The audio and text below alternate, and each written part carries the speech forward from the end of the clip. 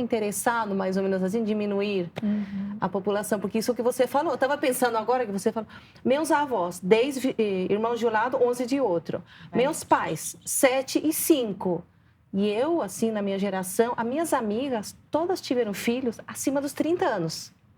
Será que nasceu da própria mulher e um movimento próprio, assim, da sociedade, ou veio de fora? Você falou que era artificialmente provocado. Conta um pouquinho disso, que eu acho super interessante. É totalmente artificial. Isso não é, porque às vezes as pessoas pensam que é uma evolução dos tempos, né? Isso. As pessoas evoluíram, foram tendo menos filhos. Não, isso é totalmente artificial.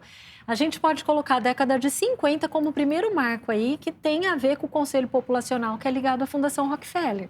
Né? O Rockefeller III, na verdade, que ele começou a ficar muito incomodado com o crescimento populacional, porque ele visitou alguns países que tinham uma população um pouco maior.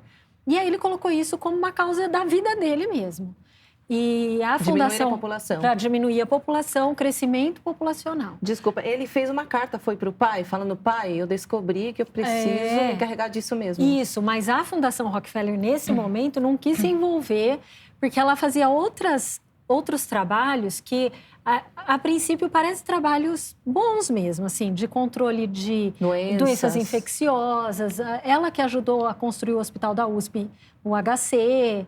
Então, nessa época, ela não quis se envolver com isso. E aí, ele fundou o Conselho Populacional. Peraí, porque é muito interessante. Então, a USP, o Rockefeller ajudou a construir a USP. Então, muito do pensamento de Rockefeller pode estar na USP, essas coisas.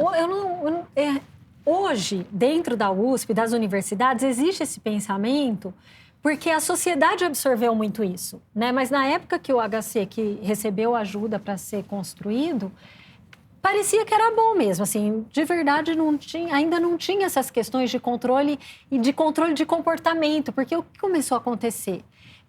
Depois a gente pode explicar em outros programas isso melhor, mas eles tiveram um plano mesmo. Primeiro o Conselho Populacional, que daí tinha o aporte da Fundação Rockefeller, depois entrou Fundação Ford, Fundação MacArthur, Fundação Packard, Fundação Scaife, até dinheiro do governo norte-americano uma época.